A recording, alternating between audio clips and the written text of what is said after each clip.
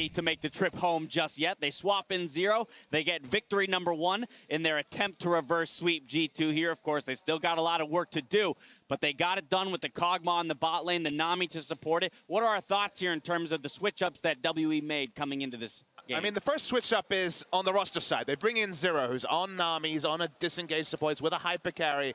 You think of Zero, and the last time he was on the world stage in any real way was Season 4 Worlds a long, long time ago now, but it was with Uzi. It was Uzi playing the hyper carry, especially the Justana in those days. Well, you shouldn't be surprised that that part worked, because that is where Zero has always shined. His Thresh is good, but his disengaged support was always his comfort. And speaking of comfort, Condi on Lee Sin this game.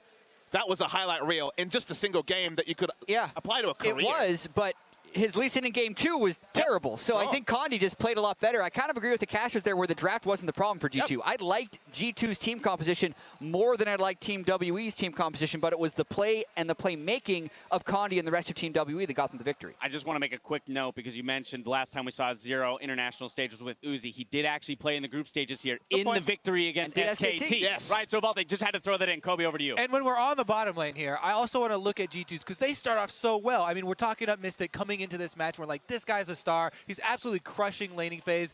Mithy locks in the Thresh, and you're like, oh, yes, Mithy's going to go for some early sick plays, too. Exactly. Early on Thresh, they're able to get the first blood. You know, Trick is getting down there. He's involved. So things early were looking good for G2 as far as their playmaking, and it was really about the mid-game, where Condi flips the switch, Xie's playing super aggressive on that Jace, and 9-5-7 on the Shen that got them here. All right, let's take a look at it then. That kind of mid-game switch here for Team WE. Our Acer replay from this game, a 4-for-1 into the Baron in the mid lane. Condi, some fancy feed here on Lee Sin.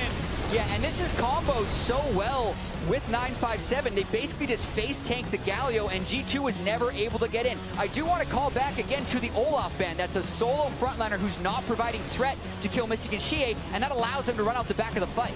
Double jungle ban seems to be working here, because the Olaf was the new tech they brought into this series. As you say, only a solo frontliner. The Graves, a comfort pick for him, didn't have the same impact, was kind of lost in these larger skirmishes. Whereas Jace was just rampaging through in a way that you didn't expect. That was kind of the surprising part of the draft, is when they went forward, it was with reckless abandon in some of these fights. And not a couple minutes later, we have a hilarious chase through the Dragon River all the way to the Indium here for G2. This is just kind of fun to watch, but WE putting the pedal to the metal once they got an advantage here. Turbo Jace, Condi's right behind him, and they're going to chase him all the way into the base here. Condi going to go for the cut off, and they will be able to catch up the Trick. Make sure everybody runs through the acceleration gate. Everybody catches the Nami speed. They just keep going and going. And he's in front, so he may as well take the turret, he figures. Exactly. I love that he's just willing to just flash into the second turret. He's like, we are killing them all. I absolutely love it. I mean, the fire that these guys came out with once they had that lead, that's what they're going to need to sustain, though, now through a couple more games. And it's really interesting, right? Because we're saying we love the fire from Xie diving in. This is how we're going to get him. He was doing the same on Lucian. We have to remember that, and we were not praising him for those moves. So they're still bringing the same attitude, and it just worked a lot better this time with better execution. All right, but the man that kind of made it all happen here was Condi, right? I mean, this guy was a playmaker on Lee Sin. We've seen it in the past, but really turned it on this game around. And it was just a different matchup also against the Graves, going to be on the back foot when it comes to the face checks, but some of these skirmishes were out of this world. Getting the kills so frequently before the heroic entrance could come in, and then insect mechanics, sniping of the Qs, everything was working. Yeah, because this team composition inherently doesn't seem like it has a large amount of initiation, but they were always finding pretty much a completely clean pick at the very start of fights. Speaking of clean, that was this Baron gorgeous. jumping over, kicking away, and securing.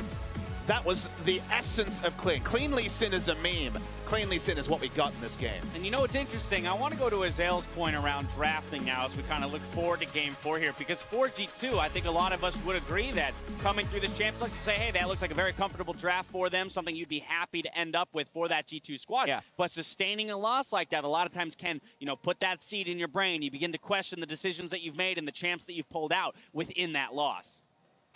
I don't know. Exactly. I don't have the same critique of the champion select, and I think that they should not be dissuaded from that. Just play to their strengths. Yeah, G2 I feel like has actually been pretty steady across these 3 games. They're finding the win conditions of their team composition and trying to move towards that. This game, I feel like Team WE was just executing at a much higher level for the mid-game pick. So the inconsistency of Team WE could end up being their killer here because they need to go on a 3-game run. And what I really want to find out is that we had one style of G2 in group stages. The late game, the late game, the late game. It got them this far, but unconvincingly.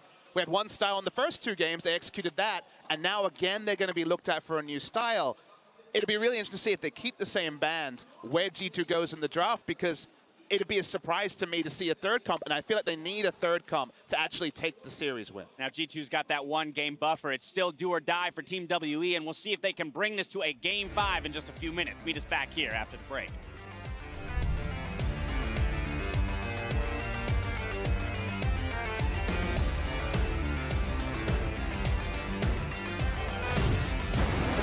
Is going wild. So much noise here in Rio. No flashes available. Mystic tries to put some damage to the biokick. Condi's here. Zero's able to flash to safety. Condi's now the target. Sven continues to chase him down. Condi's going to at least ward off the safety. Trick is pretty low from that red buff. Stands united by some time. Damage reduction from the heroic entrance. Backs knocked up to knocked down.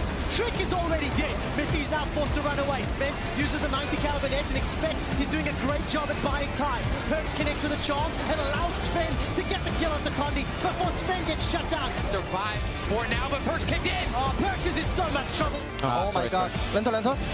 All right, double bubble there for G2. Condi's going to kick away. Trick set that up. See that before. I love that. It looks even better now. It doesn't matter. G2 continue to defend.